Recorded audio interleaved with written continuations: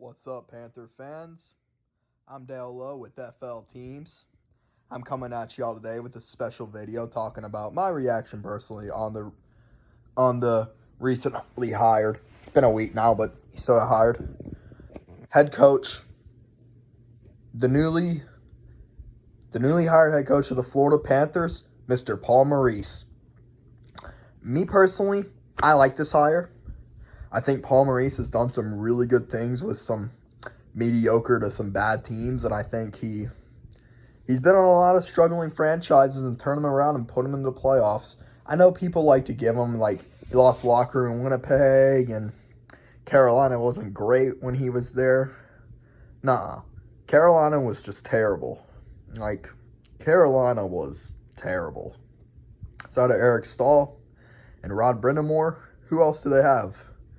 And to be honest, in Winnipeg, at his strong point in Winnipeg, he had them in the playoffs every year.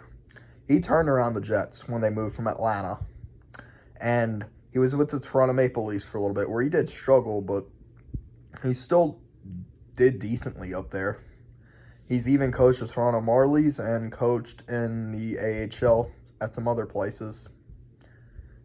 I mean, the minors. Okay. Paul Maurice started out in the 90s with the Detroit Junior Red Wings, and then he eventually got a head coaching job with the Hartford Whalers in 1996. When he was with Hartford, he struggled over there because the Whalers really struggled for a long time. But when the Whalers got good, that was a good when they moved to Carolina in 98, they started to turn around. They started to make the playoffs a couple times, and then 2002 happened. They won on a run to the Stanley Cup final where they did lose in a very tough 5 games to the Detroit Red Wings. There he was led by Rod Brindamore, pretty much, and some other players that were good during their time. But then Carolina struggled, and they fell apart, eventually firing Paul Maurice in 2004. And after that, he went up to Toronto and coached the Marlies, and then eventually he would end up with the Toronto Maple Leafs, where despite him missing the playoffs both times, he still had him as a pretty good team. And then after that, after Carolina fired Stanley Cup winning head coach Peter Laviolette in 2008, Paul Maurice went back to Carolina, where he turned that team around and put him in the Eastern Conference Finals against the Pittsburgh Penguins after 2 upset victories over the New Jersey Devils and the Pittsburgh Penguins. Boston Bruins. He unfortunately for him, he would miss the playoffs every other year, eventually being fired in 2012. And then after he was fired at Carolina, he went to the Winnipeg Jets, which at the time they were both in the Southeast Division.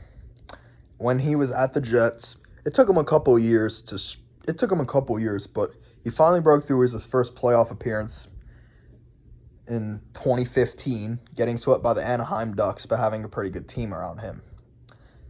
Then they would get better, adding young talent like Patrick Laine and Nikolai Ehlers and Connor Hellebuck. This team rose. They started to make the playoffs and started out really well. In 2018, that team was elite, turning Winnipeg, led by Patrick Laine, into the Western Conference Finals. And,